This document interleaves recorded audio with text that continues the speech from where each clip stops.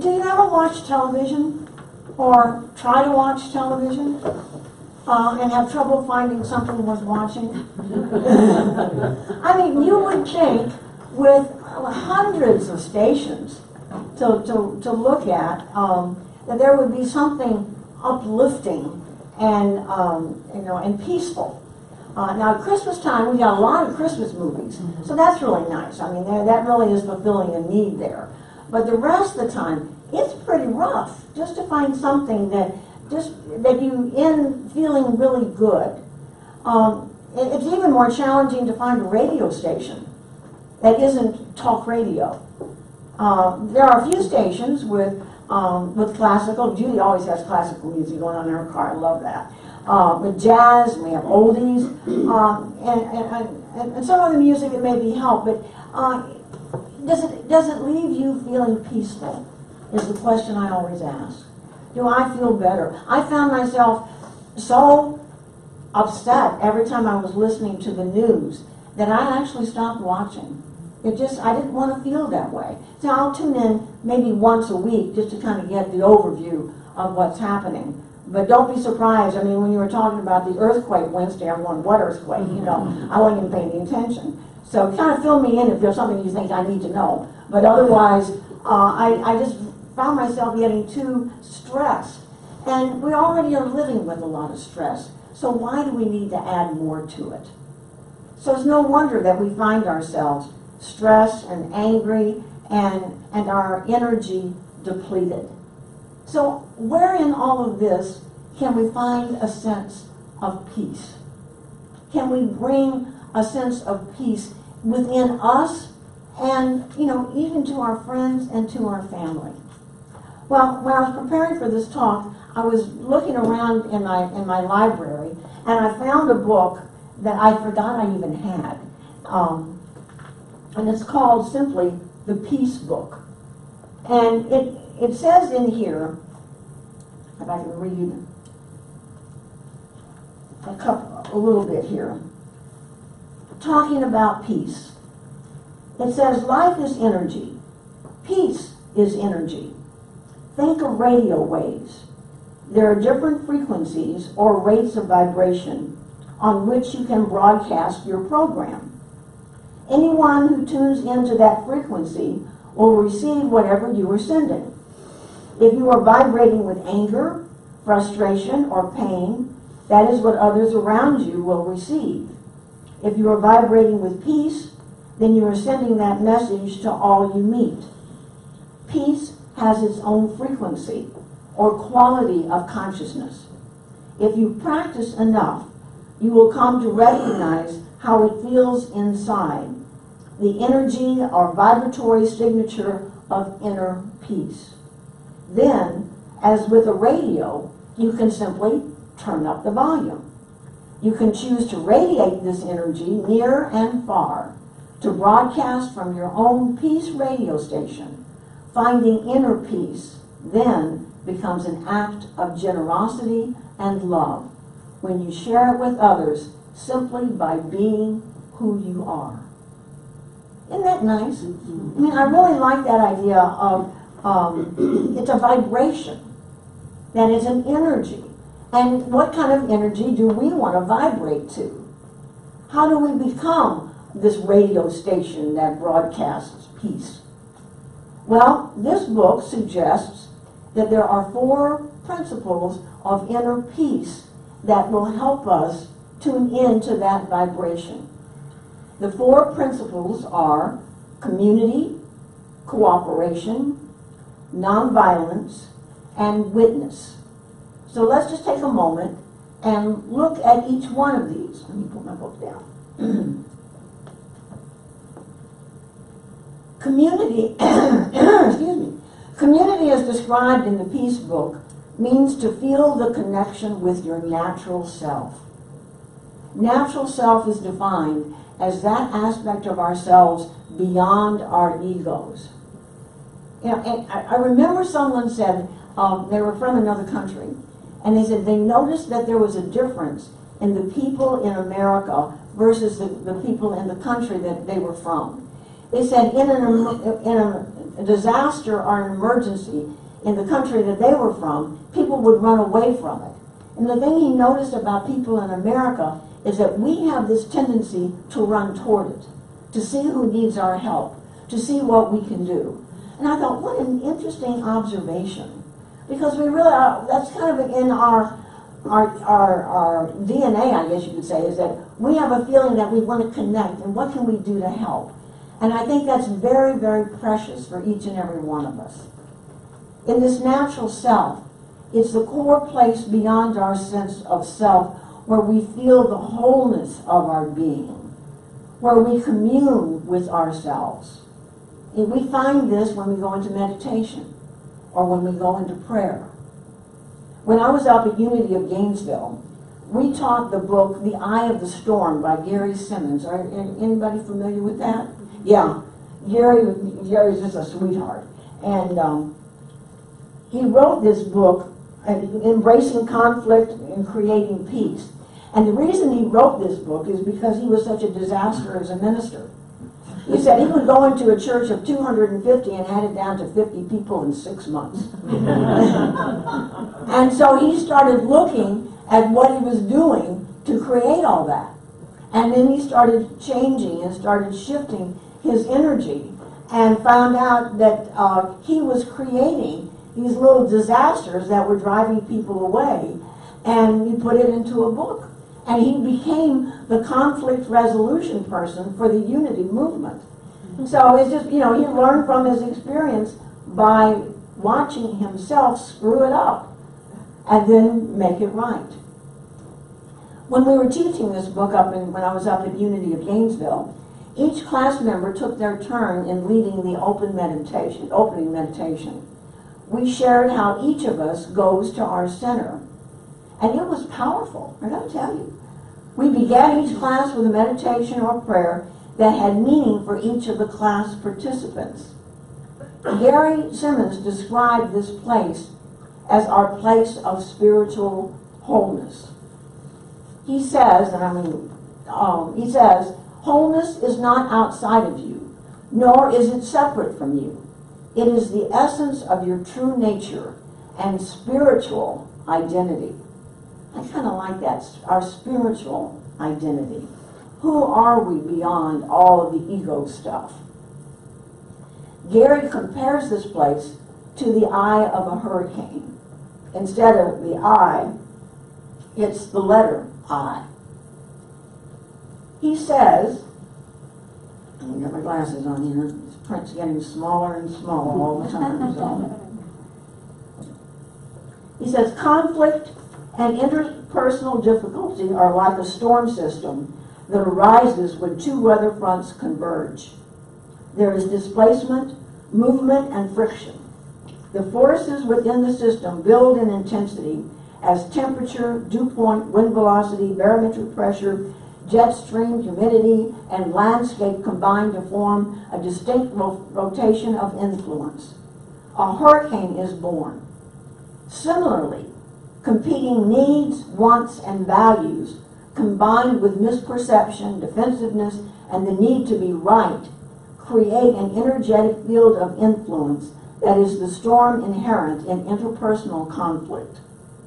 At the center of the hurricane is its eye, a single theoretical point in space where the forces of the storm are in perfect equilibrium. At the eye, there is peace, calm, clarity, and stillness. The storm of conflict also possesses a center. I call this center the eye of the storm. As you can surmise from this analogy, the eye of the storm is your wholeness and spiritual essence. It is where you can experience the storm without resisting it. At the circumference of the storm, the winds of confusion, blame, and the need to be right blow with devastating ferocity. The center, the eye of the storm, is where you experience peace, clarity, stillness, and calm. And that's where we want to be. Where all things are going on around you with our need to be right and, sharing egos clashing and all of that. How can we walk into that and be right in our center, right in the peace? not letting whatever is going on around you affect you, but you're bringing in a vibration of calmness, of stillness. Wouldn't you like to be that person? I would say you are that person if we remember to be there and to go to that center. The next principle he talks about is cooperation. Trust your inner voice and work with it. Well, you know, I'm talking about this. What is that inner guidance that is going on inside? And have you learned to trust it? If we've not cultivated that communication process through prayer and meditation, then it may not be an easy thing to do. It is sometimes challenging to know which is our ego's desire and which is spirit. The more you listen, the more you let go of how it should look or should be, then spirit can work out the rest. You know, my husband was a crime prevention practitioner. I may have shared this story before, but I don't think I did, so but bear with me if I'm repeating myself. He was doing crime prevention programs at different corporations around Atlanta. And he did a 3-day series at this one company. And he'd already done 1 day of programs. And one thing he always said in his talks, he said, listen for that inner voice. You can call it the voice of God, you can call it your angels, the voice of Jesus, the voice of Buddha. He said, I don't care what you call it, but listen for that. Because so many times it's trying to let us know something is wrong before it happens. So the next day he came in to do his next series of talks. And the whole company was just abuzz. And finally he got the story that one lady that had been in his workshop the day before had driven into downtown Atlanta, and a man casually walked over to her car as if to park it for her. Suddenly a voice went off in her head that said, he's not a parking lot attendant. So instead of getting out of her car, she locked her doors. As the man approached, he tried to open her door, and when he could not, he became violent and pounded on her car and screamed at her and yelled at her, and she was able to put the car in drive and took off. And then the real parking lot attendant came running up as the man ran away. And they were saying, she said, I would not have paid attention to that voice if Scott had not said something in that workshop the day before.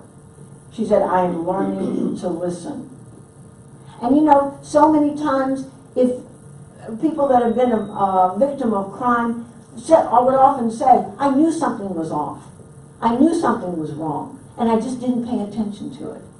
And this is something we've got to cultivate in ourselves. We've got to learn to listen. That guidance is there. Spirit is always there, wanting to hold us into safety and our highest good. But again, it's something to cultivate, to listen to the guidance. The next principle is to create a nonviolent attitude with yourself. How can we possibly be loving with another if we don't know how to be loving with ourselves? How can we peacefully be with another when we're not peaceful with ourselves? We simply cannot give away something to another person if we don't own it for ourselves first. Do you ever have a jackal going on in your head that criticizes and judges and always tells you what you did wrong, but never bothers to tell you what you did right? Anybody have that going on in your head? Yeah, we've all got it.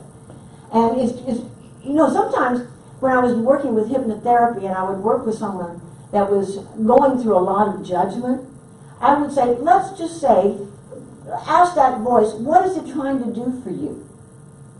And we found out it was trying to protect you. But then you'd say, but by being judgmental and critical, it really doesn't work. Can you talk to me in another way to protect me? And we would start working with that. Maybe you've done some of that with some of the people that you've worked with, Paul. Yeah. It's just trying to get a gentler voice going on. It really is meant there to help us and to take care of us. But it just hasn't learned how to be more gentle in the process. How easy is it not to not judge ourselves? Have we been able to master this internal critic? I suggest that you do. One of the books I taught up at One World, and I've also taught it up at Unity of Gainesville, was Marshall Rosenberg's Nonviolent Communication. Tim, you were in that class, weren't you, when I taught it? Yeah, I think you were. We struggled to turn off those jackal thoughts and find that language of peace and calm. Each year we taught the book. We always laughed because we only could claim progress. We never could claim perfection. But we always would just work with it. However, we became so much more aware of how we would speak. I know when Marshall was here in town, I went to a whole week of his workshops down at the Carter Center. And the one thing I noticed is driving in Atlanta traffic, I was never angry at anybody. I was so calm with them.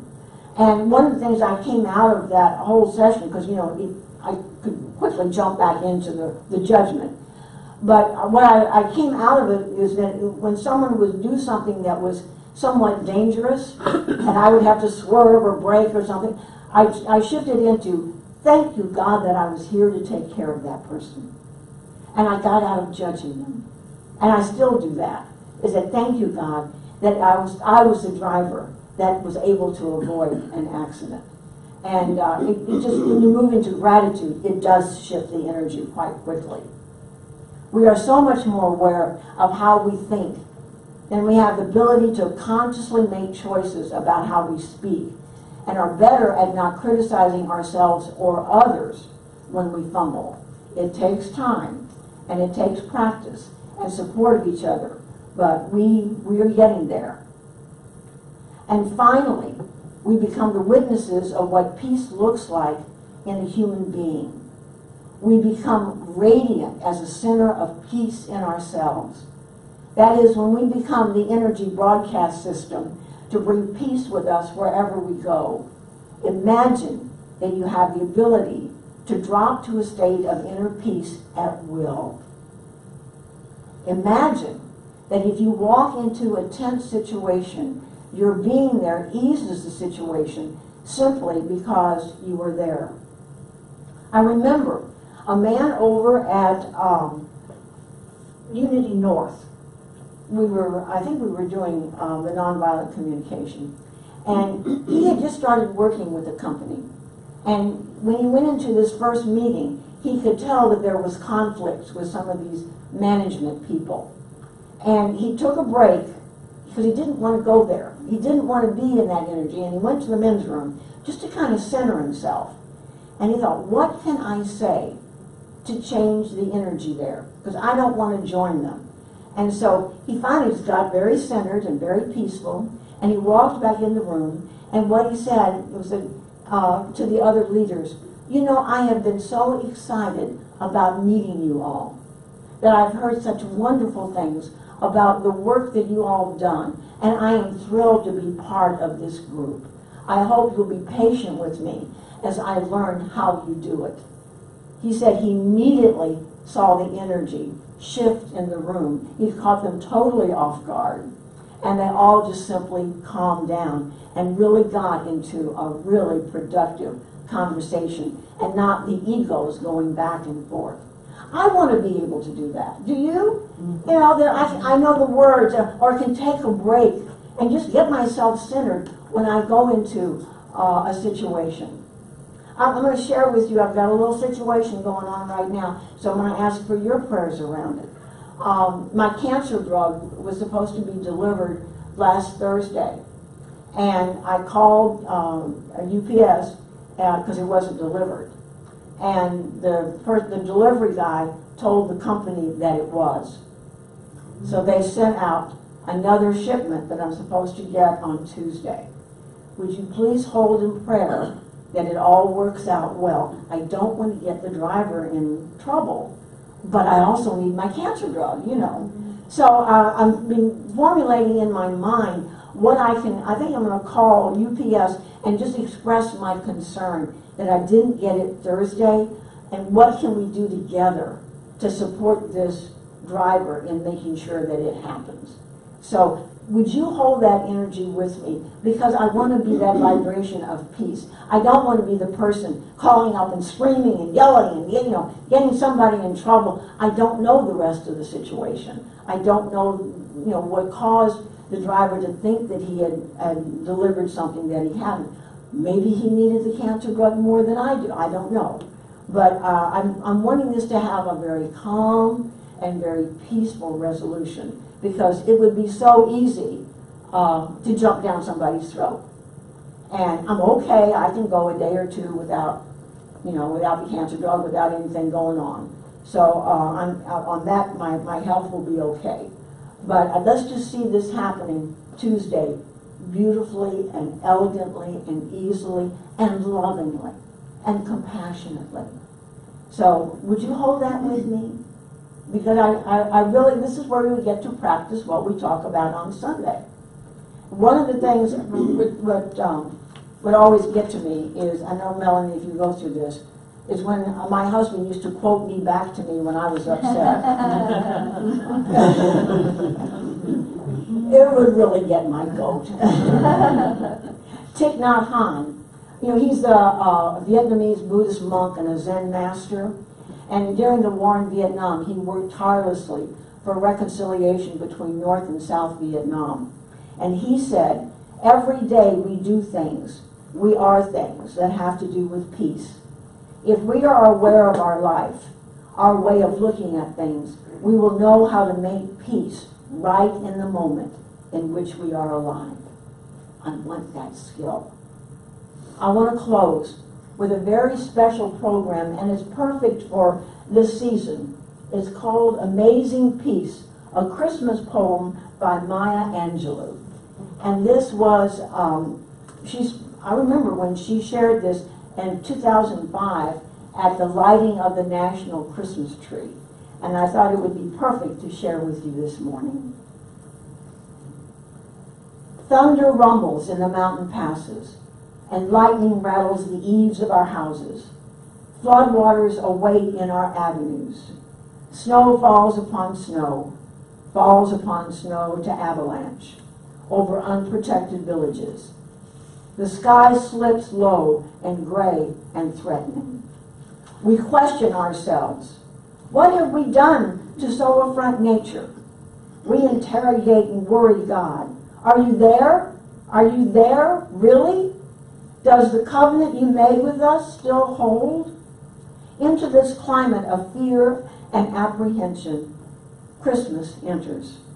Streaming lights of joy, ringing bells of hope, and singing carols of forgiveness high up in the bright air. The world is encouraged to come away from rancor, come the way of friendship. It is the glad season. Thunder ebbs to silence, and lightning sleeps quietly in the corner. Floodwaters recede into memory. Snow becomes a yielding cushion to aid us as we make our way to higher ground. Hope is born again in the faces of children. It rides on the shoulders of our aged as they walk into their sunsets. Hope spreads around the earth, brightening all things, even hate, which crouches breeding in dark corridors. In our joy, we think we hear a whisper. At first it is too soft, then only half heard. We listen carefully as it gathers strength. We hear a sweetness. The word is peace. It is loud now, louder than the explosion of bombs. We tremble at the sound. We are thrilled by its presence. It is what we have hungered for. Not just the absence of war, but true peace. A harmony of spirit, a comfort of courtesies, security for our beloveds and their beloveds. We clap hands and welcome the peace of Christmas. We beckon this good season to wait a while with us. We, Baptist and Buddhist, Methodist and Muslim, say, come, peace. Come and fill us and our world with your majesty. We, the Jew and the Jainist, the Catholic and the Confucian, implore you to stay a while with us, so we may learn by your shimmering light how to look beyond complexion and see community, see cooperation, see nonviolence, see witness. It is Christmas time, a halting of hate time. On this platform of peace, we can create a language to translate ourselves and to each other. At this holy instant, we celebrate the birth of Jesus Christ into the great religions of the world. We jubilate the precious advent of trust. We shout with glorious tongues the coming of hope. All the earth's tribes loosen their voices to celebrate the promise of peace. We, angels and mortals, believers and non-believers, look heavenward and speak the word aloud. Peace. We look at our world and speak the word aloud. Peace. We look at each other and then into ourselves, and we say without shyness or apology or hesitation, peace, my brother. Peace, my sister. Peace, my soul. Merry Christmas.